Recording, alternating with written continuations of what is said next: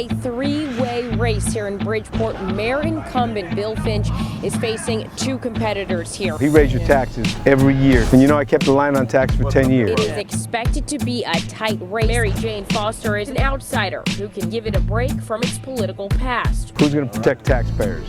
Now there's more than 40,000 registered Democrats. You can't believe any of these politicians say. The key is today is to get those folks to come out and vote. The polls opened bright and early this morning. People all across Connecticut heading to the polls today to vote in primary elections. The polls just opening a couple of minutes ago here in Bridgeport, already seeing a few people getting inside. All right, come on out to meet your new mayor. Come on out and meet your new mayor.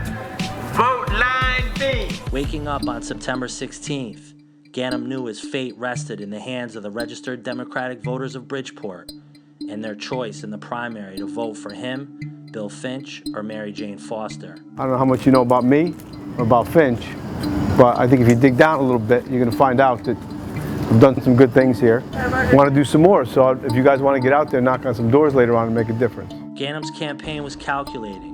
It was a throwback to the days when politicians hit the streets, knocked on doors, built alliances, and actually listened to the people. Social media, Facebook, Twitter was a part of it, but this was old-fashioned campaigning at its finest. Well, I don't want to do pretty good. We can't take a chance doing pretty good. We need rides. They're killing us at Augustina. They got 3 cars there, and they're taking a lot of voters in. I think it'd be a good idea to get some rides over there. There was some concerns there that they were running more rides than we were, which means those rides, generally if you give a ride, it's usually our vote. I'm not sure that theory applies in this election as much. I think they're giving rides to some of our people, but you never can tell. The Finch campaign and Adam Wood and his various cohorts were attacking Ganim, and even at one point making a ridiculous accusation of ties to the KKK that not only backfired, but made Wood and Finch look like political amateurs who would be better suited running an offshoot of the Tea Party than running Connecticut's largest city. As the day progressed and Bridgeport voters headed to the polls, it was obvious that it was a tight race. How you doing, man? What are you doing? I'm going. Canvassing? Yeah, but nobody's answering their door. Will you put a sticker on it? Yeah, I put a sticker in every door. We have to go back a little later, too. Yeah, I don't mind. Stay on it, man. We got to get these people out to vote. I need votes to come out. I will. You're going to try and steal this thing from us. Okay. Comeback stories are always great devices used by the media to frame the underdog or to point to a marginalized figure who has fallen from grace. Bless you. Oh, I love you. Thank you. God bless you. Appreciate it. You got it, man. You got it. What the public, and most of the time journalists, fail to see or cover is those lonely moments of doubt, indecision, and sheer fear that the choices made are right, and an individual or entity can sustain the great odds. How are you? Mary been a council member, had hit and run. Yes.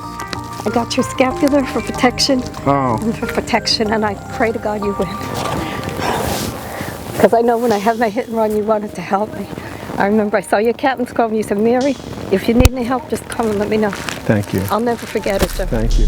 For Joe Ganim, those odds 5 months ago were not only daunting, but could have been looked at as a desperate attempt to redeem himself and his career and past life as a mayor of Bridgeport, Connecticut. You're going to pull off a freaking miracle, and it's long overdue. Appreciate it. Hey, man, we support you. You know what it is? You did a great job. Tell me how you're feeling, if you're feeling optimistic. You know, it's so nice after all this hard work to meet so many voters that are just so enthusiastic or coming out to vote, and I believe coming out and voting for positive change for the city, so it's very exciting. As night fell on the Ganim headquarters, Ganim advisors huddled in the conference room, tallying local precincts and numbers coming out of the machines.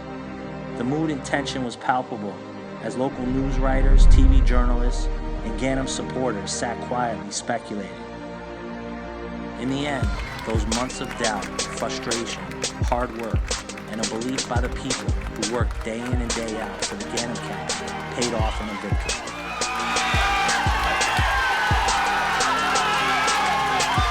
There was no doubt any longer. There was only joy, part redemption, and a belief that the everyday citizen had spoken. They had decided that a second chance was in order, and that heading to the November election, Ganim was now the favorite. He was back on top.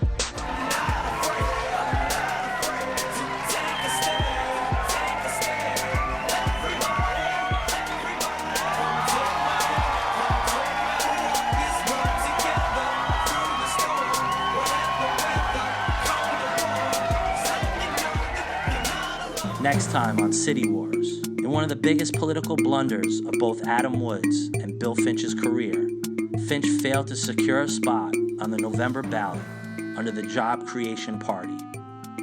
This third party was created in the summer as a plan B for Finch should he lose to Ganim in the primary.